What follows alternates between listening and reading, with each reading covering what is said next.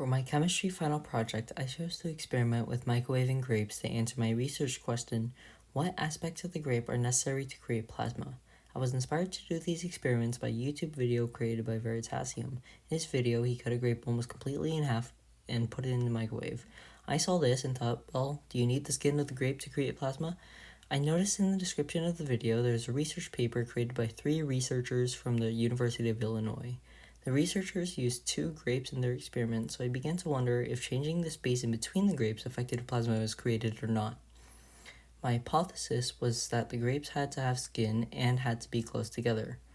Here are my materials. My mom and I began by peeling the grapes. In order to regulate the distance between the grapes, I measured out and marked parchment paper. I did this for each distance. After setup, I put on some gloves and glasses for safety to begin the experiments.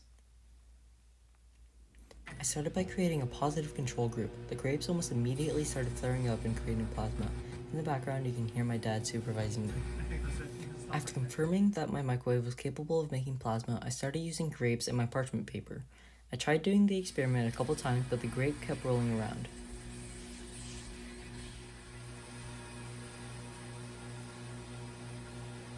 I tried using different methods of keeping the grapes still, but none seemed to work. When the grapes rolled away from each other, plasma didn't occur, and when the grapes rolled closer to each other, plasma did occur. I carried out the rest of my experiment with all the grapes touching in the bowl. I forgot to add that in between each test, I organized the grapes into groups of did create plasma, didn't create plasma, and the control group.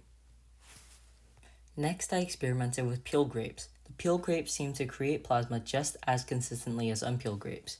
Now I went back to my hypothesis. I realized that the skin was irrelevant for creating plasma and the grapes had to be touching.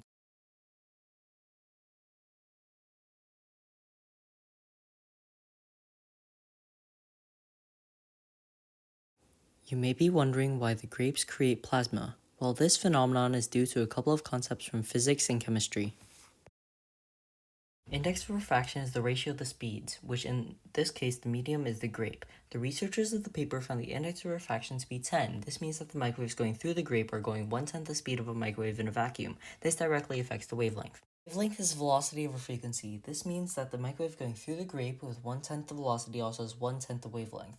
A standard microwave shoots out microwaves with wavelengths that are 12 centimeters long. Therefore, the microwaves going through the grape have wavelengths that are 1.2 centimeters long. The important thing here is that the length of the microwave is about as long as the grape. The microwaves going through the grape get trapped because of total internal reflection. Total internal reflection, or TIR, is when an electromagnetic wave gets completely reflected off a surface, which in this case is a grape. The energy from the microwaves in the grape is equal to the ionization energy it takes to rip off electrons from the air molecules around the grape. This ionizes the air around the grape, creating plasma.